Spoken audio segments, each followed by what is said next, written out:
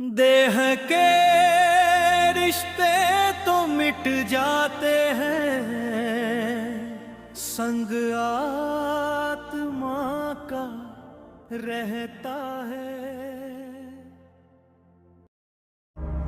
When we say we are all souls, children of the same Supreme Father, देह में भाई बहन अलग हैं, पर चेतना के भीतर भी दो ध्रुव हैं। एक है ममता, कोमलता और करुणा का शक्ति स्वरूप, और दूसरा है निर्भयता, संयम, विवेक का सुरक्षा स्वरूप। बहन उस मूल कोमलता का प्रतीक है और भाई उस रक्षक चेतना का।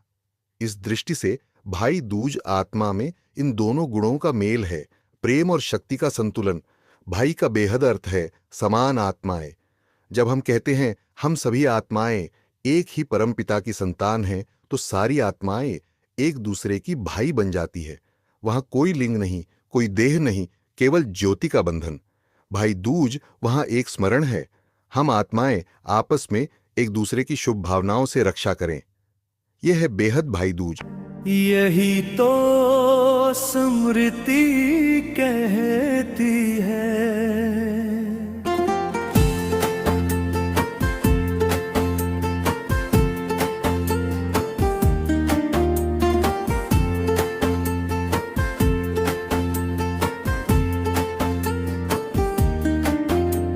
तिलक ना माथे का है ये तो चेतना का दीपक है। भाई दूज का अर्थ यही, मैं तू नहीं पर एक ही प्रकाशक है। दूज का बेहद अर्थ है द्वैत का अंत। दूज का मतलब है दूसरा, पर आध्यात्मिक यात्रा में दूसरा रह ही नहीं जाता। जब आत्मा साक्षी बन जाती है तो देखती है सब आत्माएं, सब आत्मिक भाई एक ही प्रकाश से निकले हैं। दूज का पर्व साक्षी को याद दिलाता है कि मैं और दूसरा नहीं, बस एक ही चेतना की अनेक लहरें हैं। तिलक है स्मृति का जागरण। बहन जब तिलक लगाती है तो बेहद अर्थ में यह स्मृति का तिलक है। ओ आत्मा, तू भी मेरे समान पवित्र ज्योति है। ये देह पर नहीं, चेतना पर किया गया स्पर्श है। अंततः भाई दूज का बेहद अर्थ हुआ कि यह त्योहार याद दिलाता है आत्मा को आत्मा के प्रति करुणा रखनी है, प्रेम में शक्ति और शक्ति में प्रेम जगाना है। देह के रिश्ते मिटेंगे, पर यह आत्मिक सहयात्रा ही सदा बनी रहेगी। मतलब सार निकलकर यह आया कि जब आत्मा अपने भीतर के प्रेम और विवेक को एक करती है, तब सच्चा भाई दूज होता है।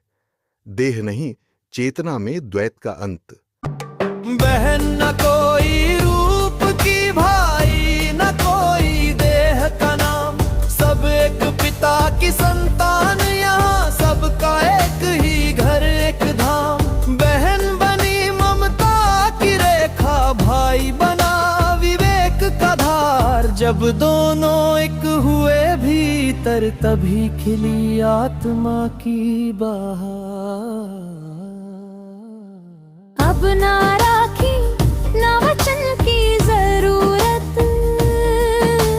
साक्षी दृष्टि ही रक्षा करे। जब दृष्टि पवित्र हो जाए,